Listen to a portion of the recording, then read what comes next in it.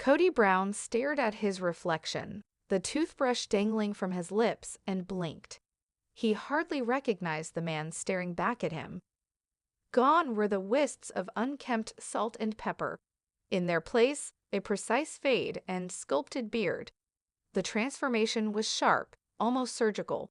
He spit and rinsed, feeling like an imposter in his own skin. "Looks good," he murmured, the words tasting empty. Dinner buzzed in the kitchen behind him, his plural family gathering under one roof for perhaps the last time. The voices were warm, teasing him about his new James Dean meets influencer vibe. But something about their chuckles rang off, distant, hollow. He remembered when grooming meant a quick comb-through and some deodorant. Now it meant strategic precision, skincare serums, colored contacts, mood lighting for Instagram posts. He'd even hired a stylist, someone who claimed this was strategic branding, not vanity. He dropped the toothbrush, swallowed hard. He knew why he'd agreed. A text pinged, "Press loves the refresh. Keep it coming. PR says we're trending." He tightened his jaw. A few months ago, Sister Wives ratings had tanked.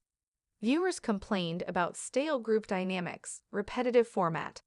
Rumors festered. Kody was aloof, disconnected, fading from the screen. His sisters, Marilyn, Joy, Christine, Robin, knew the stakes. He could not afford another wave of negative headlines. Not when spin-offs were in the works and his daughter's futures depended on public goodwill. So they cut him loose, figuratively and literally. Branding consultants spun the project. Kody 2.0, the evolved patriarch. Fresh face, new appeal, polished for subscribers. He'd signed the dotted line after one late-night standoff in the study, promises laced with desperation and heartbreak. "Do it for the family," he'd whispered into the night. "We need the show." Now he lit a cigarette, an old vice replacing the minty cleansing, wondering how much of himself he'd lost. Where authenticity ended and theater began. From the living room, Christine's laughter filtered in. She called him Dad, of course, warm and affectionate. But did she see the man behind the facade? He slipped toward the sofa, slowing his breath as the scent of cinnamon rolls enveloped him. Then the TV flickered on, new static before a pop-up banner. Sister Wives reboot, behind the makeover. He froze. A strolling talking head montage. Paparazzi snapshots of his old self, messy hair, baggy tees, flashed alongside his new images. Tailored blazer, beard trimmed like an influencer, that smirk perfected for headshots. Voiceover. Is this just a rebrand or desperation in disguise? He squinted. The anchor continued. Critics say it's a stunt to distract from internal tensions, contract disputes, even the looming divorce rumors. Brown's makeover may be more than cosmetic. It could be his strategy to command viewer attention amid family fallout. Kody's pulse kicked up. He'd known this might happen.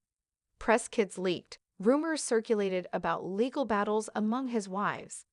Viewers had already dismissed Sister Wives as shifting into melodrama. This makeover risked backlash or species-wide apathy.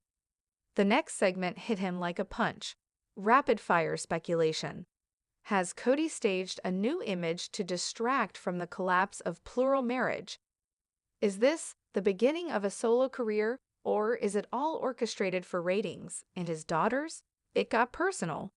One clip showed his eldest daughter, Aspen, shaking her head outside a premiere. "He's not the man we raised," she'd sighed, voice tinged with disappointment. He stifled the urge to grab the remote. He'd agreed to this transformation, but once lived, pretense becomes real. Behind him, faint applause, his plural family embracing a celebratory toast. He turned and forced a smile. The family captured the moment. Everyone polished, happy. He posed, the photographer clicked. The air smelled like sweet distraction. But as the flash died and the camera lowered, he felt the hollow. He wanted to believe the makeover was for them. Daughters, wives, legacy. But tonight, in the secret corners of his mind, He wondered if something darker lurked behind the surface, an ulterior motive to rebuild his identity from ashes of controversy. His eyes met the reflection in the polished marble countertop, a stranger wearing his face, beard trimmed to perfection, suit jacket hoving him like armor. He asked the mirror, quietly, "Who are you now?" And it answered with the faintest smirk, indifferent, unreadable, a face for the cameras, a mask for the crisis.